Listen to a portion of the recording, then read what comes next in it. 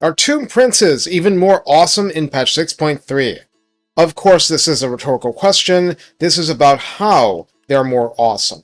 Rather than a complete ground-up video, I'm going to cover the key changes I've identified in patch 6.3 because at least for the foot version, I'm not seeing any statistical alteration and none was mentioned in the patch notes. Skills, that's different. First, Jar Economy.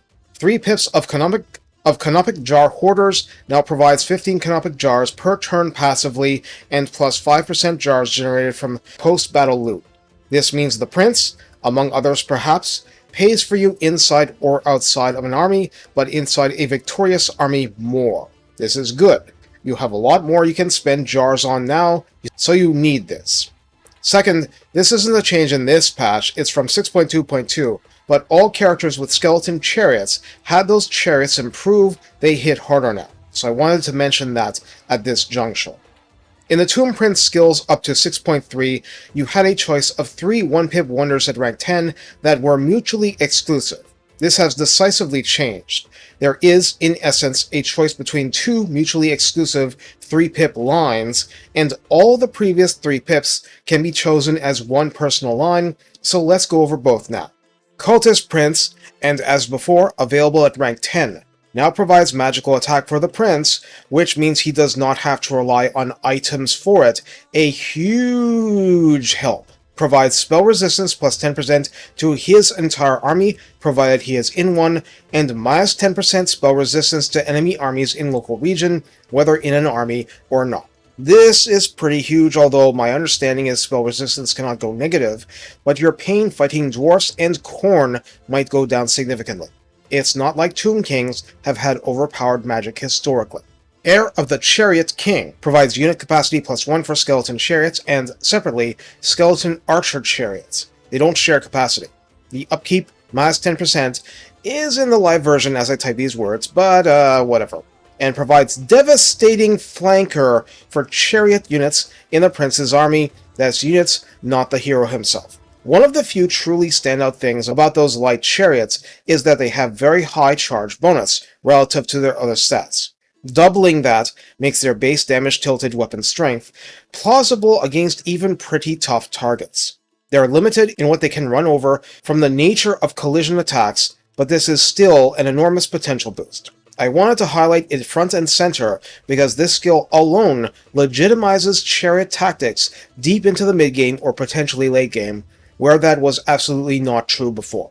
Royal Lieutenant offers the Prince himself hit points plus 5%, melee attack plus 8, and charge bonus plus 15 flat.